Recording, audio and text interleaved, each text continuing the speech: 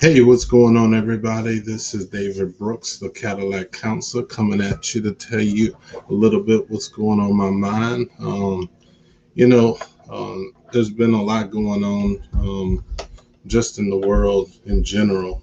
People are constantly, talking about. I got an email today or a message on Facebook, and somebody was talking about privilege and how people don't really care too much about privileges, but they talk about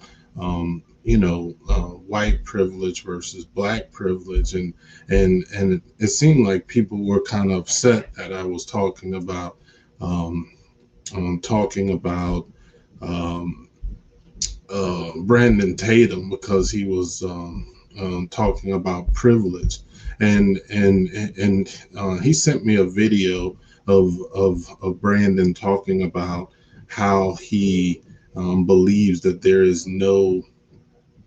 no such thing as privilege, and how people consistently always say that privilege is not a such thing, but I truly believe that there are privileges that are societal privileges that constantly just keep people stuck.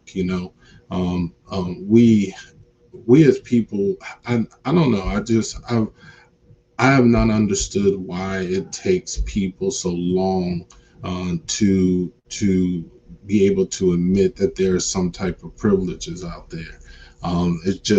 It's just the way it is. I mean, we try our best to get some type of privilege, but if we don't get it, then it doesn't have it. It doesn't mean that you never had it at one point in time. It just means that you either choose to not have privileges, or you just choose to just not use yours. I've seen people lose it. I know people that I counsel. I see the type of lives that they had that their parents tried to give them, or their family tried to give them, but they still choose to not use it. But and then I've seen people on the other way. They've used that privilege and created their own type of privilege for their next generation. It's just one of those things that always comes about in our lives. But I think that people just choose not to agree with some type of privilege because they want to believe, for some reason, that they've done everything on their own. People have always paved the way for other people to get something in life, and if they don't choose that to have it, that's just what they choose. Another hot topic here lately has been on some of the issues that's been going around on gender. I saw a couple videos out about some of the gender issues that's been going on, and for some reason it seems like people have issues with gender. you know um I don't hate on anyone because they decide to be what they want to be or who they want to be. That's fine. But when it comes down to sports, that's when there's an issue, because I've seen so many people that have so many unfair advantages. I mean, especially that lady, the young lady who was the young lady that was running track. It's literally she was on a hurdle, and the rest of the whole track meet was behind her. It was just totally an unfair advantage. There was no there was just it, and she won the championship. Now, is that fair? No, it's not fair. If you want to make it seem like it's fair, then there's something wrong.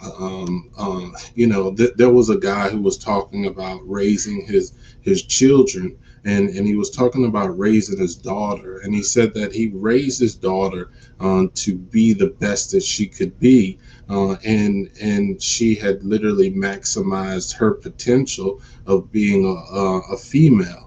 and he was talking about how unfair it is for someone to then to choose to ultimately be another gender and just come into a gender of nothing but females and with a male body. So I mean, I don't know what you believe. I mean, but um, I just don't think that it's a fair advantage. Now the MMA fighter, that was a whole nother issue. Um, I, I don't know, man. That was pretty brutal, man. I listened to Joe Rogan talk about it on his podcast, and my thing is they have to make a rule. You just can't just get upset because someone has ultimately won a championship, and then you go back and say this is not fair. But you got to make a rule, and I think a lot of people just aren't making rules. I don't know what they're scared about. I mean, it's being politically correct. I think is the main issue at hand, but I don't know. You tell me. I would love to know kind of what you think when it comes to genders in sports. But watching the all the Trump stuff going on, the Pelosi battle that's going on right now.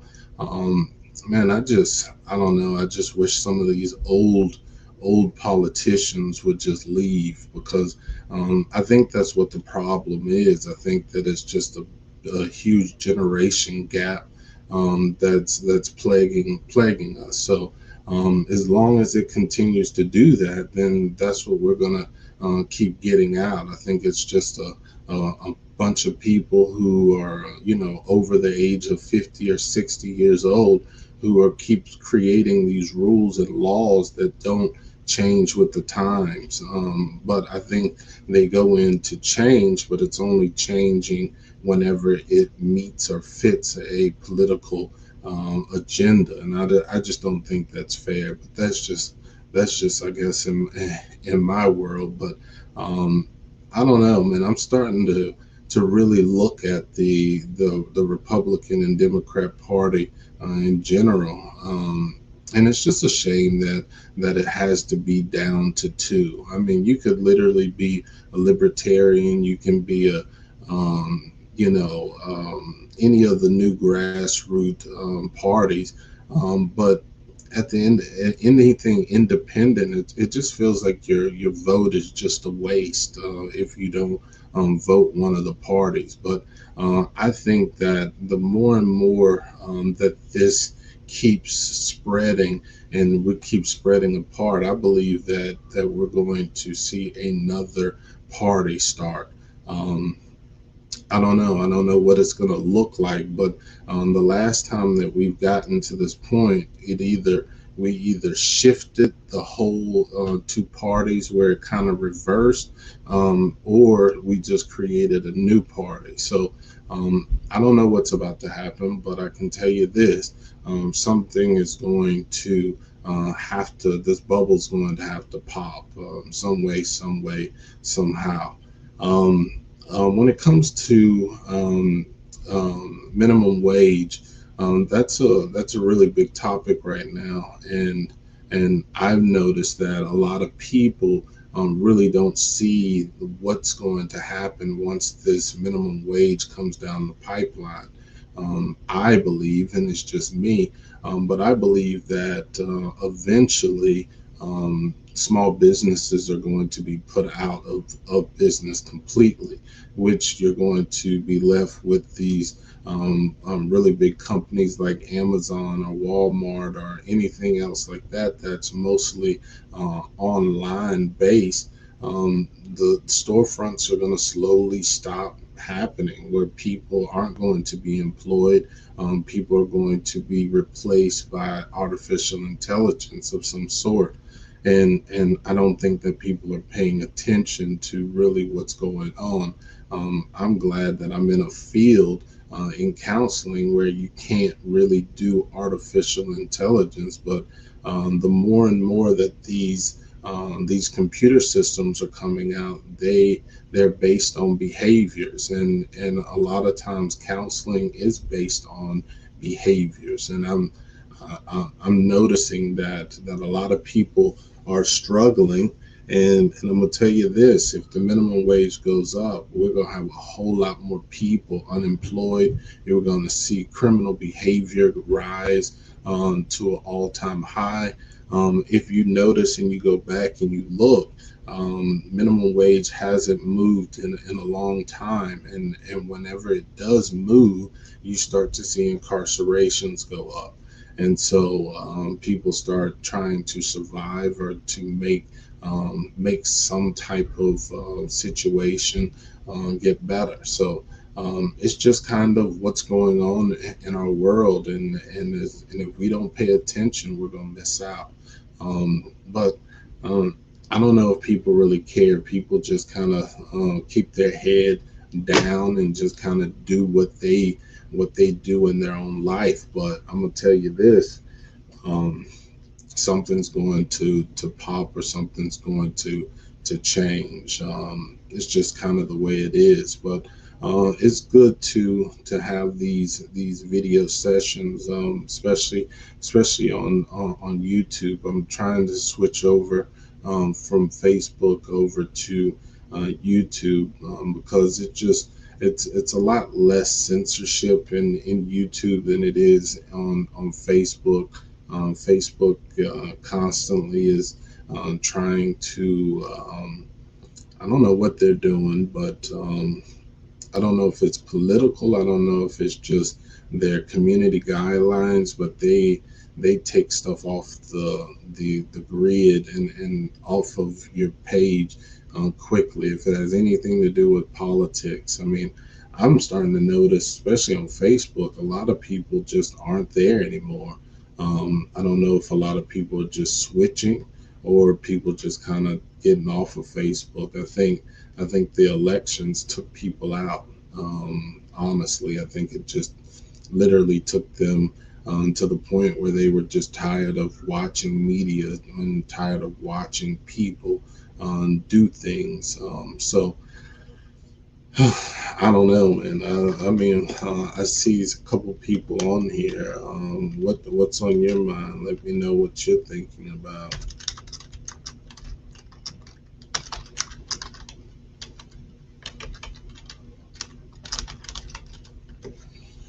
You know, um, but it's just I don't know. I don't know. I look at my kids and look at what our life is right now. I was telling my wife the other night, whatever's going on, man. I can't even imagine what's going to happen with our kids. What our kids are going to see in this world, because I can't see it getting better in any way. People are just rude. People are mean.